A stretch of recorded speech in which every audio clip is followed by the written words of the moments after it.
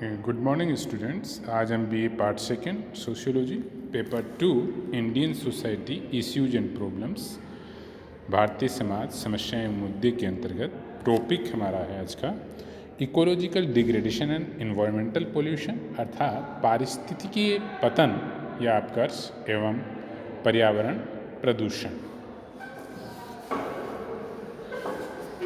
पर्यावरण, प्रत्येक जीव अपने पर्यावरण की उपज है।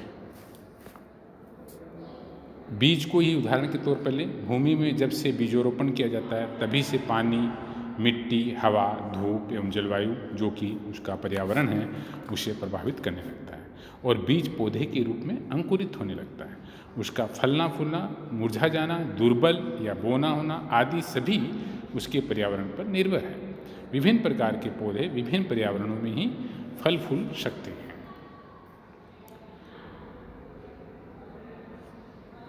जीवन और पर्यावरण दोनों इतने घनिष्ठ रूप से परस्पर मिले हुए हैं कि जीवन में प्रत्येक भिन्नता, प्रत्येक नस्ल और प्रत्येक जीव जंतु एक विशिष्ट पर्यावरण की ही देन कही जा सकती है। जीवित प्राणी के प्रत्येक परिवर्तन में पर्यावरण के प्रभाव का थोड़ा बहुत अंश मौजूद होता है। पर्यावरण की अवधारणा, पर्यावरण शब्द परि प्लस आवरण से मिलकर बना है, जिसका अर्थ है चारों ओर तथा ढका हुआ। परि का मतलब होता है चारों ओर, आवरण मतलब ढका हुआ। इस अर्थ में प्राणी के चारों ओर जो कुछ भी भौतिक और अभौतिक वस्तुएं हैं वे उसका पर्यावरण है। मानव अपने चारों ओर कई प्राकृतिक शक्तियों एवं पदार्थों जैसे चांद, तारे, सूरज, पृथ्वी, हवा, नदी, पहाड़, जंगल, जलवायु एवं ताप आदि से तथा कई सामाजिक सांस्कृतिक तथ्यों जैसे समाज, समूह, संस्था, प्रथा, लोकाचार, नैतिकता, धर्म, सामाजिक मूल्य आदि से घिरा हुआ है जो कि उसका पर्यावरण कहा जा सकता है। इस प्रकार प्राणी के चारों ओर पाई जाने वाली सभी प्रकार की प्राकृतिक, सामाजिक, सांस्कृतिक वस्तुएं एवं दशाएं उसका पर्यावरण कहलाती है। पर्यावरण के बारे में प्रसिद्ध समाजशास्त्री E.J. रोश का कहना है कि environmental is any external force which influences us, अर्थात पर्यावरण कोई भी बाहरी शक्ति है जो हमें प्रभावित करती है। इसी बारे में गिस्बर्ट का विचार है कि पर्यावरण वह सब कुछ है जो किसी वस्तु को चारों ओर से घेरे हुए हैं और प्रत्यक्ष रूप से प्रभावित कर रहा है। Environment is anything immediately surrounding an object and exerting A direct influence on it. स्पष्ट है कि पर्यावरण में वे सभी भौतिक व अभौतिक, प्राकृतिक एवं मानव निर्मित वस्तुएं सम्मिलित हैं जो प्राणी को चारों ओर से घिरे हुए होती है और उसे प्रभावित करती है। अब हम सेकेंड पॉइंट पर चर्चा करेंगे कि पर्यावरण का वर्गीकरण, क्लासिफिकेशन ऑफ एनवायरनमेंट। संपूर्ण पर्यावरण के अंतर्गत अनेक पक्षों को सम्मिलित किया जाता है। हर्बर्ट स्पेंसर से लेकर वर्तमान समय तक के समाजशास्त्रियों ने विभिन्न आधारों पर पर्यावरण का वर्गीकरण किया है। जैसे मैकाइवर और पेज के द्वारा प्रस्तुत वर्गीकरण, मैकाइवर एवं पेज ने संपूर्ण पर्यावरण को दो प्रमुख भागों में बांटा है। पहला भौतिक पहलू और दूसरा सामाजिक पहलू। सामाजिक पहलू के अंतर्गत लोक रीतियाँ, प्रथाएं, कानून, संस्थाएं, सामाजिक संबंध, सोशल रिलेशंस, जातीय समूह, वंशानुगत प्रथाओं एवं सामाजिक विरासत आदि को सम्मिलित किया गया है। भौतिक या प्राकृतिक पहलू बहुत विस्तृत है। इसे दो भागों में बांटा गया है। पहला मानव द्वारा असंशोधित और दूसरा मानव द्वारा संशोधित।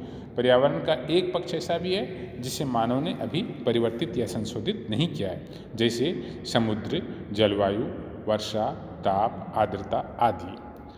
दूसरी ओर प्रकृति की अनेक दिशाओं को मानव ने संशोधित कर दिया है। उदाहरण के लिए खनिज, धातुओं से यंत्र, मशीनें एवं औजार बनाए गए हैं। लकड़ी और पत्थर को इमारतों व कलाकारी की वस्तुएं बनाई गई। इस प्रकार भौतिक व प्रकृति में पहलू में प्रकृति द्वारा निर्मित सभी वस्तुएं आती हैं।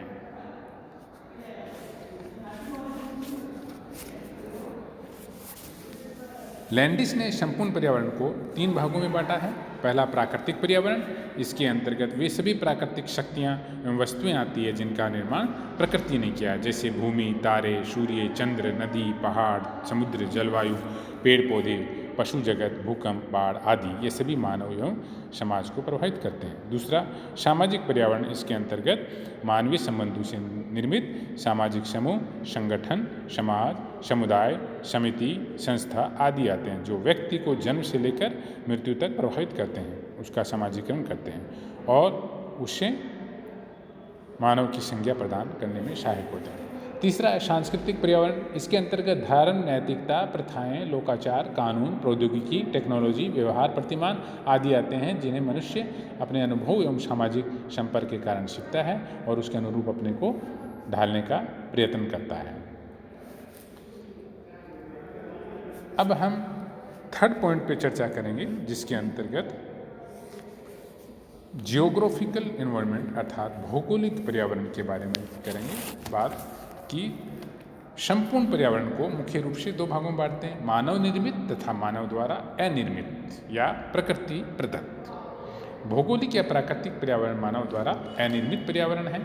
भौगोलिक पर्यावरण को परिभाषित करते हुए प्रसिद्ध समाजशास्त्री मैकाइवर एवं पेज लिखते हैं कि भौगोलिक पर्यावरण में वे समस्त दशाएं सम्मिलित हैं जो प्रकृति मनुष्य को प्रदान करती है, जैसे भूमि, जल, पहाड़, मैदान, खनिज, पौधे और जानवर, जलवायु, गुरुत्वाकर्षण, विद्युत तथा विकिरण आदि सभी प्राकृतिक शक्तियां जो मनुष्य के जीवन को प्रभावित करती हैं भौगोलिक पर्यावरण के अंतर्गत सम्मिलित हैं। सोरोकिन का विचार है कि भौगोलिक पर्यावरण का तात्पर्य उन सभी प्राकृतिक दशाओं और घटनाओं से है जिनका अस्तित्व मनुष्य के कार्यों से स्वतंत्र है, जो मानव द्वारा निर्मित नहीं है, जो मनुष्य के कार्यों तथा अस्तित्व से प्रभावित हुए बिना स्वयं ही परिवर्तित होती रहती है। दूसरे शब्दों में हम कह सकते हैं कि यदि हम एक व्यक्ति अथवा एक सामाजिक समूह के संपूर्ण पर्यावरण को लें और उसमें से उन सभी शक्तियों को घटा दें जो मनुष्य के कार्यों अथवा अस्तित्व से प्रत्यक्ष या परोक्ष रूप से परिवर्तित हो गई हो अथवा निर्मित हो या जो कुछ भी शेष रहा हो को भौगोलिक परिवर्तन कहा जा सकता है। भौगोलिक पर्यावरण के अंतर्गत उन सभी प्राकृतिक शक्तियों एवं वस्तुओं को सम्मिलित करते हैं जो मानव के नियंत्रण से परे है तथा जो प्रत्यक्ष या परोक्ष रूप से मानव जीवन को प्रभावित करती है। उदाहरण के लिए भूमि, चांद, तारे, सूर्य, पानी, हवा, विद्युत, धूप, आर्द्रता, पेड़ पौधे, जीव जंतु, बाढ़, भूकंप, खनिज पदार्थ, पहाड़, नदी, मैदान, समुद्र, वर्षा, जलवायु एवं गुरुत्वाकर्षण शक्ति, ग्रेविटेशनल फोर्स आदि सभी प्राकृतिक या भौगोलिक पर्यावरण का निर्माण करते हैं। भौगोलिक विद्वानों का विचार है कि मनुष्य के खान पान, वेशभूषा, मकान, व्यवहार, धर्म, राजनीतिक, सामाजिक, आर्थिक, सांस्कृतिक संस्थाएं आदि सभी पर भौगोलिक प्रभाव को प्रमुख मानते हैं। वे मानव को प्रकृति के हाथ में एक खिलौना मात्र ही समझते हैं। भौगोलिक विद्वानों की बात कुछ समय तक उचित मानी जा सकती थी जब मानव ने आज जितनी प्रगति, विकास और आविष्कार नहीं किए थे और उसका संपूर्ण जीवन प्रकृति पर निर्भर था, उससे ही नियंत्रित और निर्देशित होता था। शिकारी अवस्था से कृषि अवस्था तक मनुष्य की प्राकृतिक दासता अधिक थी, किंतु आज के वैज्ञानिक युग में मनुष्य ने प्रकृति पर विजय पाई है। विज्ञान के सहारे ही मनुष्य ने चंद्र विजय की है, समुद्रों को छाना है, आकाश में उड़ा है। अब दलदल, पहाड़ और रेगिस्तान उसके मार्ग में बाधक नहीं रहे हैं। मनुष्य ने अपने प्रयासों से रेगिस्तान और टुंड्रा प्रदेशों को रहने योग्य एवं हरे भरे खेतों में बदल दिया। कृत्रिम वर्षा की जाने लगी, मौसम के प्रभाव से बचने के लिए वातानुकूलित कमरे बनने लगे। प्रत्येक क्षेत्र में आज मनुष्य प्रकृति की दासता से मुक्त होता जा रहा है और नवीन आविष्कारों, टेक्नोलॉजी और साइंस के सहारे प्रकृति के रहस्यों को याद कर अपनी इच्छानुसार उनका प्रयोग कर रहा है। मनुष्य के सामाजिक सांस्कृतिक विकास के साथ साथ भौगोलिक कारकों का प्रभाव क्षीण हुआ है। ममफोर्ड का विचार है कि सांस्कृतिक विरासत बढ़ने के साथ ही भौगोलिक पर्यावरण का एक भाग अनुपयोगी होता जा रहा है। बीर स्ट्रीट का विचार है कि भौगोलिक कारक यद्यपि निर्णायक नहीं है किंतु इसकी अवहेलना नहीं की जा सकती है, इसलिए समाज के किसी भी अध्ययन में इन पर विचार करना जरूरी है। किंतु ये तथ्य हम स्वीकार करना होगा कि मनुष्य के बौद्धिक एवं सांस्कृतिक विकास के साथ साथ उसकी भौगोलिक दास्ता समाप्त होती जा रही है। इसलिए कहा जाता है कि मनुष्य पहले प्रकृति का दास था किंतु अब स्वामी बनता जा रहा है।